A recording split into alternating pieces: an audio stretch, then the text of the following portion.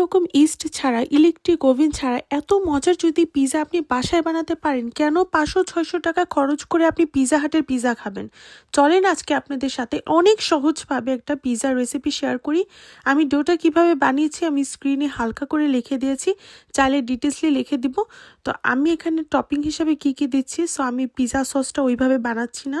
So আমি কিন্তু আপনাদেরকে স্ক্রিনে দেখিয়ে দিলাম আমি কোন সসটা এড করেছি। এখানে চিলি গার্লিক সস দিয়েছি, চাইনিজ সস এটা, আর তার আগে দিয়েছি একটা ম্যাগি ব্র্যান্ডের সস যেটা টকঝাল মিষ্টি, আর সাথে দিয়েছি একটু মেয়োনেজ।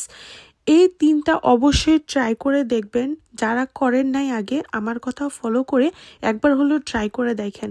আর আমি এখানে আমার পছন্দ মতো টপিং আজকে অ্যাড করব। তো আমি চিকেনটাকে ভেজে নিয়েছি, কী দিয়ে ভেজেছি সেটা আমি স্ক্রিনে কিন্তু মেনশন করে দিব। আর এখানে আমি মাশরুম দিচ্ছি, মাশরুমটা কুক করার কোনো প্রয়োজন নাই।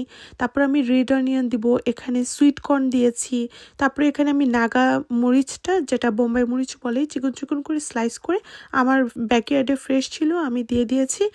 এটার জন্য স্মেলটা এত বেশি ইনহ্যান্স করে, জাস্ট ট্রাস্ট মি, একবার বাসায় বানান, তারপরে জাস্ট আমার পিৎজার ফ্যান হয়ে যাবেন। হ্যাঁ, তো আমি এখানে আমেরিকান অ্যান্ড মোজারেলার মিক্সড চিজ অ্যাড করেছি। আপনাদের কাছে যদি শুধু মোজারেলা থাকে সো এটা দেখতে আরও বেশি সুন্দর লাগবে, আই মিন সাদা হবে আর কি, আমার মতো রেডিশ হবে না।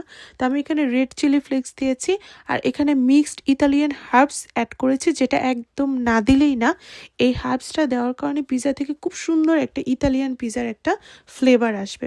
আর আমি এখানে গার্লিক পাউডারটাকে জাস্ট স্প্রিঙ্কল করে দিয়েছি, এটা একদমই মিস করা যাবে না, এটা কিন্তু টিপসের একটা অনেক ইম্পর্টেন্ট পার্ট। হ্যাঁ, আর এখানে আমি পার্সলে ফ্লেক্স দিয়েছি।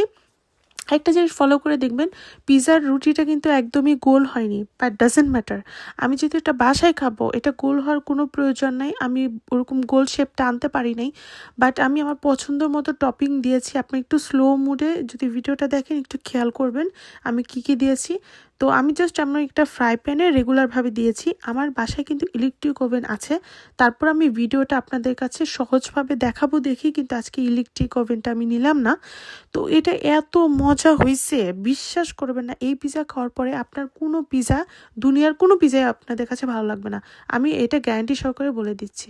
সো অবশ্যই বাসায় একবার হলেও ট্রাই করবেন। আর কোনো প্রশ্ন থাকলে অবশ্যই আমাকে মেসেজ দিয়ে আমাকে বলবেন, আমি ডিটেলসলি বলে দিব।